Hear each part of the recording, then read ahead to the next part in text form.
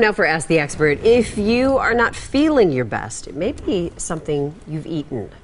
Registered dietitian Lori Meyer is here joining us live this afternoon. We're going to talk about something I've never heard, leaky gut syndrome. So what is it? Right. Yes. And, you will be hearing more and more of this. It's been, it's been around for a long, long time. Initially, just functional medicine practitioners were kind of zeroing in on this. Now, mainstream medicine is really taking a better look at this. And what it is, it's increased intestinal permeability. So your intestinal tract, runs the whole length. It has this real thin lining, and this lining gets these little pinpoint pricks in it, these little leaks. And normally this lining is going to only allow certain things to pass through, so digested food molecules so that your body gets nourishment.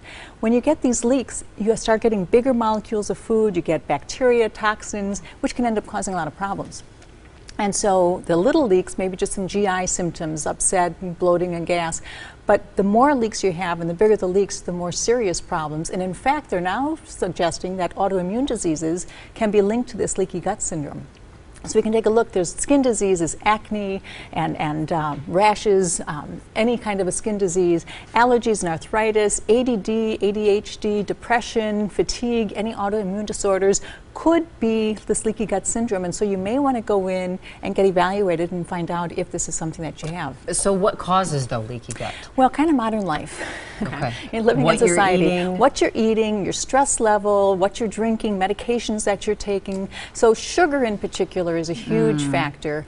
Processed foods and a lot of chemicals, a lot of artificial ingredients are big factors. Also, as I said, stress, chronic stress, too much alcohol, non-steroidal anti-inflammatory medications, as well as antibiotics, many other medications. So it's kind of modern life in general. So you kind of have to be careful. And the more of this that you do combined with stress, the worse that it's going to be for you. So do you want to point out some of these foods that could Well, the thing is, obviously, these are the things that can cause it. Okay. And so what we're finding, what you really want to do, there's the 4 R's. You want to remove these foods. You want to remove the things that are causing problems. No more. Not too much alcohol. You don't want to smoke. Try to cut down on drugs if you can. And then you want to replace this with more of the healthy foods. Lots of fruits and vegetables, especially fish. The omega-3 fats can be very healing. Olive oil, nuts, avocados, the really healthy fats, really important. And then you also want to re-inoculate. So you want to get those probiotic-rich foods, fermented foods. This is a coconut kefir water. It's a kefir is a fermented. It's teeming with good bacteria. We also have sauerkrauts or fermented vegetables.